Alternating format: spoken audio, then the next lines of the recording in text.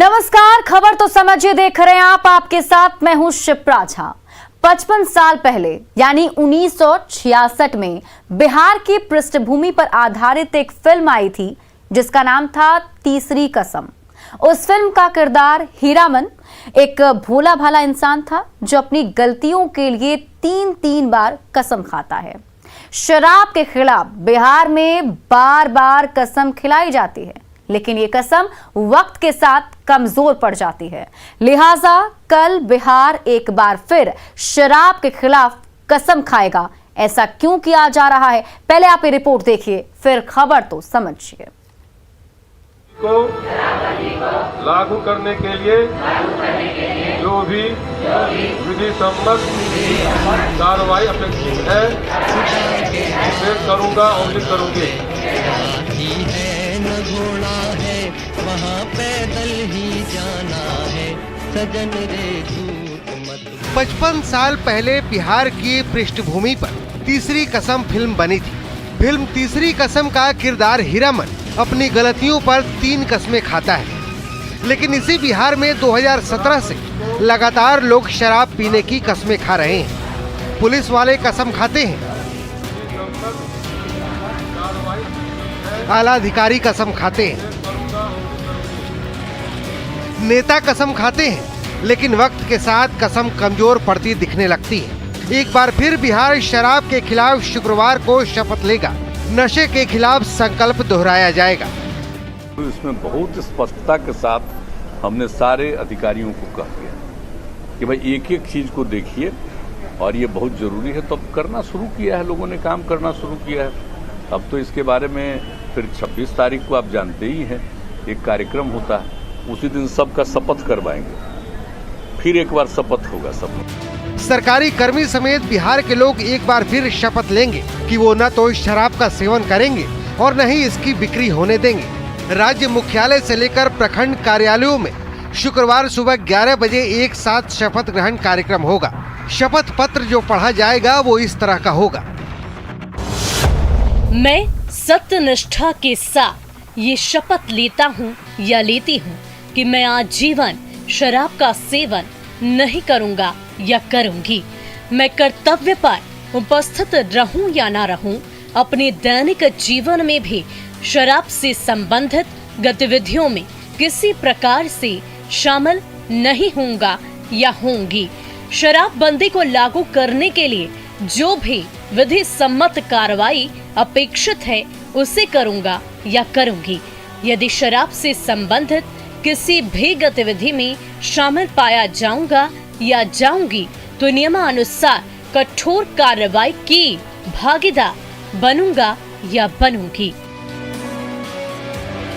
बिहार में 5 अप्रैल 2016 से शराबबंदी कानून लागू है। 26 नवंबर को बिहार नशा मुक्ति दिवस मनाता है। इसी दिन हर साल शराबबंदी को लेकर जागरूकता अभियान भी चलाया जाता है। साल 2017 से ये सिलसिला जारी है। एक बार फिर बिहार शुक्रवार को शपथ लेने जा रहा है। शराबबंदी को लागू करने के लिए ब्यूरो रिपोर्ट, न्यूज़ 18 नेटवर्क। विधि सम्मत कार्रवाई अपेक्षित है उसे करूंगा और भी करूंगी। अब ये समझिए कि अगर कोई कर्मचारी किसी कारणवश छूट जाए या शपथ नहीं ले सके तो उन्हें क्या करना होगा, वो हम आपको समझाते हैं। राज्य सरकार के सभी कर्मचारियों के लिए शपथ लेना अनिवार्य है, जरूरी है। शपथ की रिपोर्ट मद्य निषेध विभाग को देनी होगी। इसके अलावा शपथ से चूकने पर हफ्ते भर में शपथ लेनी होगी। शपथ लेने का वीडियो विभागीय अधिकारियों को देना होगा। सभी कर्मचारियों का शपथ पत्र भरना अनिवार्य किया गया है। शपथ पत्र भरवाकर उसकी वीडियोग्राफी की जाएगी और वीडियोग्राफी को कार्यालय में सुरक्षित रखना होगा। इसके अलावा शपथ लेने का रिकॉर्ड रखना बेहद जरूरी है, इस पर भी नजर रखनी पड़ेगी। 1 हफ्ते के अंदर उत्पाद विभाग को ये उपलब्ध कराना होगा। कल शराब के खिलाफ बिहार शपथ लेगा। अब आप इस खबर को समझिए। शराबबंदी सीएम नीतीश कुमार का ड्रीम प्रोजेक्ट है। ये पहला मौका नहीं है जब बिहार शराब के खिलाफ शपथ लेने वाला है। साल 2017 से, आपको अगर याद हो तो साल 2017 से ये सिलसिला लगातार जारी है। 21 जनवरी 2017 को शराब के खिलाफ ह्यूमन चेन बनाया गया था। 11,000 किलोमीटर से ज्यादा लंबी मानव श्रृंखला बनाकर बिहार ने इतिहास रचा था। देश और दुनिया को नशा मुक्ति का संदेश दिया था। बिहार में 5 अप्रैल 2016 से शराबबंदी कानून लागू है। 26 नवंबर को बिहार नशा मुक्ति दिवस मनाता है। दरअसल पिछले 1 महीने में जहरीली शराब से तकरीबन 50 लोगों की जान चली गई है। साल 2021 की अगर हम बात कर लें, इस साल की अगर देख लेते हैं तो अब तक जहरीली शराब से करीब 90 लोगों की जान जा चुकी है। हालांकि सरकारी आंकड़ों के हिसाब से शराब से 40 लोगों की मौत हुई है। अब शराब माफिया से मिलीभगत के आरोप पुलिस पर अक्सर लगते रहते हैं। इसी 16 तारीख को सीएम नीतीश कुमार ने शराबबंदी की एक महासमीक्षा की थी। लिहाजा इस बार शपथ ग्रहण का कार्यक्रम बेहद खास है और सबको एक बार फिर से शपथ दिलाया जाना है।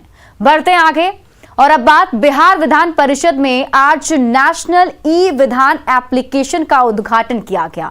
विधान परिषद की कार्यवाही अब डिजिटल तरीके से की जा सकेगी। सदन के अंदर विधान परिषद के सदस्य पेपर और पेन की बजाय टैब का इस्तेमाल करेंगे। सभी सदस्यों को इसके लिए ट्रेनिंग भी दी जाएगी। पहले आप ये रिपोर्ट देखिए, फिर खबर तो समझिए। बदलते समय के साथ बिहार विधान परिषद भी बदल रहा है। हाथों में कागज की पर्ची लेकर सवाल पूछने का जमाना गया। अब तो पार्षद टैब पर उंगली घुमाएंगे और सवाल हाजिर। ऐसा संभव हुआ है विधान परिषद में नेशनल ई विधान एप्लीकेशन यानी नेवा की शुरुआत होने से। आज इस सौभाग्य हम लोग को प्राप्त हुआ कि हम लोग को सदन में एप्लीकेशन ई एप्लीकेशन जो शुरू हुआ वो हिंदुस्तान का पहला राज्य बन गया है। इसलिए हम लोग को गौरवान्वित है इसके लिए। पहले विधान परिषद के सदस्यों को सदन में अंदर जाने के पहले एक लिफाफा दिया जाता था जिसमें उनके सवालों के जवाब के साथ साथ परिषद की कार्यवाही की पूरी जानकारी मौजूद होती थी। लेकिन अब वो लिफाफा टैब बन चुका है जो सभी सदस्यों की टेबल पर मौजूद है। बिहार विधान परिषद देश का इकलौता ऐसा सदन है जहां अब कार्रवाई डिजिटल तरीके से की जाएगी। सदन के अंदर पहले जो बिहार विधान परिषद के सदस्य होते थे वो हाथों में लिफाफा लेके आते थे, उसमें कागजात होते थे और दिन भर जो कार्रवाई चलनी है उसकी जानकारी होती थी। लेकिन अब वो यहाँ खाली हाथ आएंगे और डिजिटल तरीके से पूरे कार्रवाई में शामिल होंगे। तो ये पहल बिहार विधान परिषद में की गई है। विधान परिषद में अब हर चीज ऑनलाइन होगी। इस नई व्यवस्था से हर सवाल का जवाब सदन में आ जाएगा। पहले ये नहीं हो पाता था। प्रश्नोत्तर काल ध्यानाकर्षण में सारे सवाल का जवाब मिलेगा। इस सिस्टम से ऑनलाइन सवाल कर सकते हैं, उनको जवाब भी ऑनलाइन ही मिलेगा। इसका डिजिटल रिकॉर्ड भी बनाया जा रहा है ताकि 2-3 साल बाद भी दस्तावेज बना रहेगा। सदस्य जो भाषण देंगे उसकी भी पूरी जानकारी ऑनलाइन उपलब्ध होगी। जल संसाधन देखता हूँ, अब वेदर का कोई जानकारी लेना हो, कोई जानकारी मुझे लेना हो कि रेन की क्या स्थिति है नेपाल में, कोई जानकारी मुझे, तो ज़रूरी नहीं है कि मैं ऑफिस में नहीं हूँ, अगर हाउस में भी बैठा हूँ और मुझे कोई ये मिले तो मैं वहाँ से जानकारी ले सकता हूँ कि भाई ये स्थिति है। तो सारा अपडेट आपको एक शॉट में यहाँ से मिल जाएगा। तो मुझे लगता है कि ये एक बड़ा ही ज़बरदस्त इनिशिएटिव है। देखिए पटना का वेदर 24 डिग्री है, आपके सामने में आ गया। तो ओवरऑल सारी जानकारी आपको इस पर मिलेगी। जो क्वेश्चंस हैं, कोई जवाब है, सामने में हम लोग देख रहे थे कौन कितना मिनट बोले, कौन क्या बोले, ये सारी जानकारी। तो और देश में पहला होना ये जो काउंसिल में हुआ। बिहार कई मामलों में देश को दिशा दिखा चुका है। एक बार फिर बिहार ने विधान परिषद की कार्यवाही को डिजिटल करके इतिहास रच दिया है। बिहार विधान परिषद देश का पहला ई सदन बन गया है। न्यूज़ 18 के लिए पटना से शैलेंद्र की रिपोर्ट। अब आप खबर तो समझिए। बिहार ने संसदीय व्यवस्था को सशक्त बनाने की दिशा में एक बड़ा कदम उठाया है। ई सदन से जनता की समस्याओं के समाधान में आसानी होगी। अब इस नई व्यवस्था से हर सवाल का जवाब सदन में आ जाएगा। पहले ये नहीं हो पाता था। प्रश्नोत्तर काल ध्यानाकर्षण में सारे सवाल का जवाब मिलेगा। इस सिस्टम से ऑनलाइन सवाल भी कर सकते हैं, उनको जवाब ऑनलाइन ही मिल जाएगा। इसका डिजिटल रिकॉर्ड भी बनाया जा रहा है ताकि लंबे समय बाद भी आपको जो दस्तावेज चाहिए वो आपको मिल जाएगा। अब सदन में माननीय के बीच में बहुत गर्मा गर्म बहस नहीं होगी। बिहार विधान परिषद की कार्यवाही के दौरान अक्सर माननीयों को इस बात की शिकायत रहती थी कि उनके सवाल का जवाब नहीं मिल पाया। कम समय के कारण कई बार ऐसा होता रहा है। विधायकों को अब ये शिकायत नहीं रहेगी। बढ़ते हैं आगे और अब बात पीएम मोदी ने आज देश के सबसे बड़े अंतर्राष्ट्रीय एयरपोर्ट का शिलान्यास किया। पश्चिमी यूपी में बनने वाला ये नया एयरपोर्ट न सिर्फ हजारों रोजगार पैदा करेगा, साथ ही ये घर हर साल देश के हजारों करोड़ रुपए भी बचाएगा। इससे बिहार के लोगों को भी फायदा होगा। आप ये रिपोर्ट देखिए, फिर खबर तो समझिए। एशिया के सबसे बड़े और दुनिया के चौथे सबसे बड़े अंतर्राष्ट्रीय एयरपोर्ट का शिलान्यास पीएम मोदी ने नोएडा के जेवर में किया। जेवर में बनने वाला नोएडा इंटरनेशनल एयरपोर्ट न सिर्फ नोएडा को अंतर्राष्ट्रीय पहचान दिलाएगा, बल्कि पूरे इलाके का कायाकल्प करने वाला भी साबित होगा। ये सिर्फ इंफ्रास्ट्रक्चर प्रोजेक्ट्स ही नहीं होते, बल्कि ये पूरे क्षेत्र का कायाकल्प कर देते हैं। इस एयरपोर्ट में मल्टी मॉडल कार्गो हब बनाया जा रहा है, जिससे दिल्ली एनसीआर और उत्तर प्रदेश के कई जिलों के उत्पाद विदेशी बाजारों से जुड़ जाएंगे। किसानों की उपज को एक्सपोर्ट करना आसान होगा और ये एयरपोर्ट उत्तरी भारत का लॉजिस्टिक गेटवे बन जाएगा। अब यहाँ के किसान साथी, विशेष रूप से छोटे किसान, फल, सब्जी, मछली जैसी जल्दी खराब होने वाली उपज को सीधे एक्सपोर्ट कर पाएंगे। जब कारोबार बढ़ेगा तो निश्चित तौर पर रोजगार भी पैदा होंगे। एयरपोर्ट के बनने से लेकर इसके संचालन तक 1 लाख से ज्यादा लोगों को रोजगार मिलने का अनुमान है। हवाई अड्डे के निर्माण के दौरान रोजगार के हजारों अवसर बनते हैं। हवाई अड्डे को सुचारू रूप से चलाने के लिए भी हजारों लोगों की आवश्यकता होती है। पश्चिमी यूपी के हजारों लोगों को ये एयरपोर्ट नए रोजगार भी देगा। रोजगार देने के साथ ये एयरपोर्ट देश के करोड़ों रुपए बचाने में भी भूमिका निभाएगा। अभी हवाई जहाजों के रखरखाव पर सालाना 15,000 करोड़ रुपया विदेशों में खर्च होता है, जो एयरपोर्ट बनने पर देश में ही खर्च होगा। इस एयरपोर्ट के निर्माण में हुई देरी के लिए पीएम मोदी ने पिछली सरकारों पर भी निशाना साधा।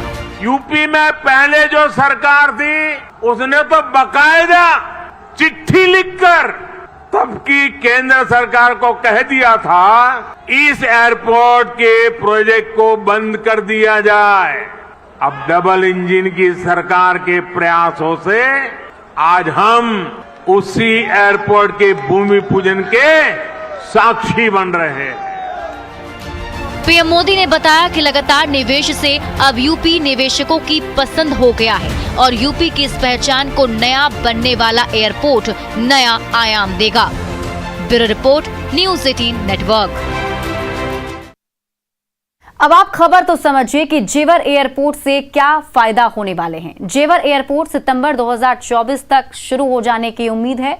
हर साल 1.25 करोड़ यात्रियों के आने जाने का अनुमान है। दिल्ली एनसीआर और पश्चिमी उत्तर प्रदेश के जिलों में रहने वाले लोगों को सबसे ज्यादा फायदा होगा। दिल्ली एनसीआर में बिहार के लोग बड़ी संख्या में रहते हैं। बिहार के लोगों को भी आवाजाही में आसानी होगी। बिहार को भी जेवर एयरपोर्ट से कनेक्टिविटी मिलेगी। इसके बन जाने से करीब 6 लाख लोगों को रोजगार का मौका मिलेगा। जेवर एयरपोर्ट से आसपास के इलाकों में एयरपोर्ट के बनने से विकास को एक नई रफ्तार मिलेगी। जेवर एयरपोर्ट की सबसे बड़ी खासियत यह है कि ये उत्तर भारत के लिए लॉजिस्टिक गेटवे होगा। नॉर्थ इंडिया के कारोबारी आसानी से अपने सामान को अंतर्राष्ट्रीय बाजार में बेच सकेंगे, उन्हें भी एक बड़ा मौका मिलेगा। बढ़ते आगे, अब से कुछ देर पहले लालू यादव दिल्ली लौट गए। लालू कोर्ट में पेशी के लिए पटना आए थे। दिल्ली रवानगी से पहले नीति आयोग की रिपोर्ट का हवाला देते हुए आरजेडी अध्यक्ष लालू प्रसाद ने मुख्यमंत्री नीतीश कुमार पर बड़ा हमला किया। लालू प्रसाद ने कहा, जो विकास का दावा किया जाता है उसका सच रिपोर्ट ने बता दिया है। विकास का जो नारा देते थे तो उस पर नीति आयोग का जो रिपोर्ट आया है ये बिल्कुल टुल्लू भर पानी में नीतीश कुमार को डूब जाना चाहिए।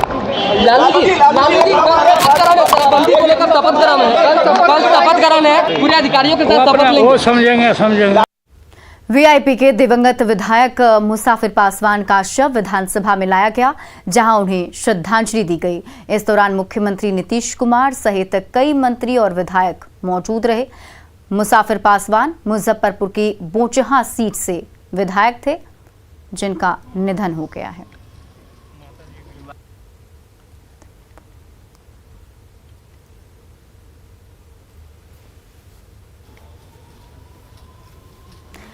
तो बिहार विधानसभा की तस्वीर आपको दिखा रहे, देखिए सीएम नीतीश कुमार श्रद्धांजलि देते हुए।